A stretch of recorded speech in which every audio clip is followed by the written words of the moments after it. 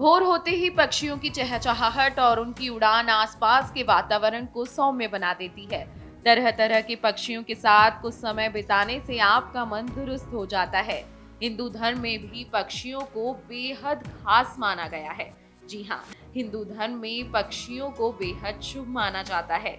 मान्यता के अनुसार इन्हें अन्न और जल देने से जीवन में सकारात्मक बदलाव होते हैं। प्रत्येक हिंदू घर में जब भोजन बनता है तो पहली रोटी गाय को और अंतिम रोटी कुत्ते को निकाली जाती है।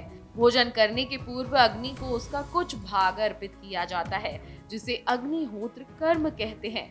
अगर आप ऐसा नहीं करते तो आपको ऐसा करना शुरू कर देना चाहिए। प्रत्येक हिंदू को भोजन करते वक्त थाली में 3 घास निकाल कर रखना चाहिए। यह 3 घास ब्रह्मा, विष्णु और महेश के लिए रखे जाते हैं। मान्यताओं के अनुसार यह 3 कौर कोए, कुत्ते और गाय के लिए भी रखे जा सकते हैं।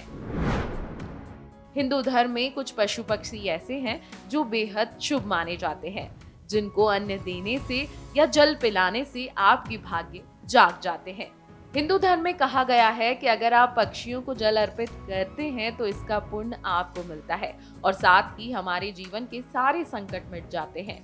नियमित जल पिलाने से भाग्य जागृत होता है और किसी भी कार्य में आ रही रुकावट दूर हो जाती है और हर कार्य आसानी से होने लगता है।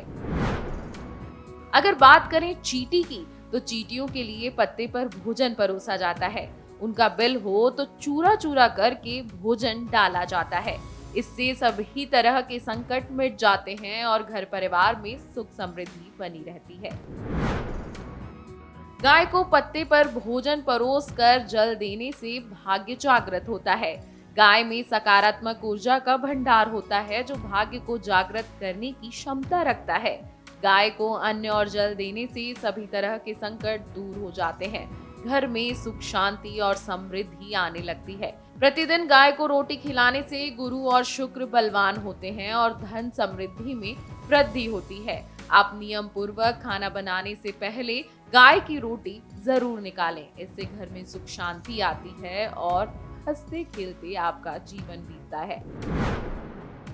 अगर बात कौए की करें तो कौए के लिए छत या भूमि पर भोजन परोस कर सकोरे में उसके लिए जल रखा जाता है। धार्मिक मान्यताओं के अनुसार कौआ को यमदूत, पितृ और देवपुत्र भी माना जाता है। कौए को भविष्य में घटने वाली घटनाओं का पहले से ही आभास हो जाता है। कहते हैं कि यदि कौआ आपका भोजन ग्रहण कर ले तो समझो कि आपके पितर आपसे प्रसन्न हो गए हैं और तृप्त हो गए हैं। यदि कौआ भोजन नहीं करता तो समझ लीजिए कि आपके पितर आपसे नाराज हैं।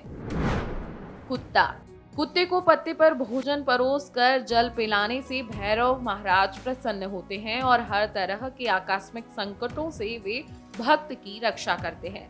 कुत्ता आपकी राहु केतु के बुरे प्रभाव और यमदूत, भूत प्रेत आदि से रक्षा करता है।